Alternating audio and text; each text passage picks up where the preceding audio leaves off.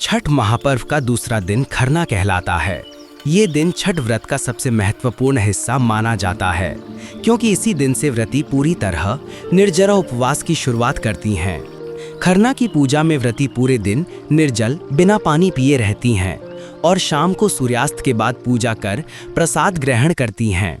इस दिन की कथा श्रद्धा, पवित्रता और आत्मसंयम की प्रतीक है। बहुत समय पहले की बात है। एक छोटे से गांव में सूर्य भक्त सावित्री नाम की एक स्त्री रहती थी। वो बहुत धार्मिक और सच्चे मन से पूजा करने वाली थी। जब उसके घर में संतान नहीं थी, तब उसने सूर्य देव से संतान प्राप्ति की प्रार्थना की।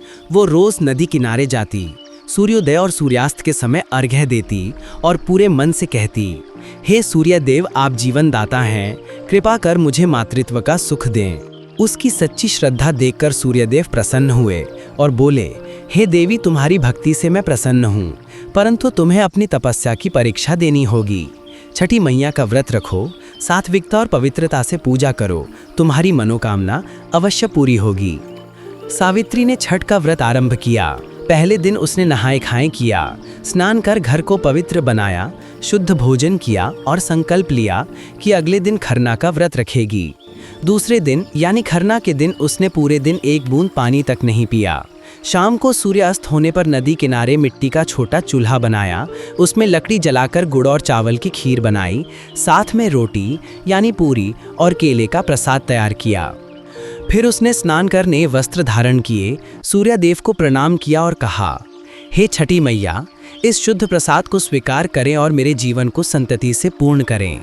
सूर्यदेव के अस्त होते ही सावित्री ने अर्घ्य दिया, मंत्र पढ़े और परिवार तथा गांव की स्त्रियों के साथ प्रसाद ग्रहण किया।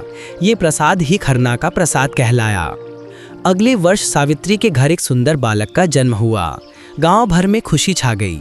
लोगों ने कहा, देखो छठी मैया कितनी कृपालु हैं, जो सच्चे मन से व्रत करती हैं उनकी हर मनोकामना पूरी होती है। तब से पूरे गांव में ये परंपरा चल पड़ी। हर वर्ष छठ पर्व में खरना का व्रत श्रद्धा और भक्ति से किया जाने लगा। इस दिन शुद्धता, आत्मसंयम और आस्था का पालन किया जाता है। खरना के बाद व्रती अगले 36 घंटे तक निर्जल रहकर सूर्य देव और छठी मैया की आराधना करते हैं। इस दिन बनाया गया प्रसाद अत्यंत पवित्र माना जाता है और केवल व्रती ही उसे पहले ग्रहण करती हैं।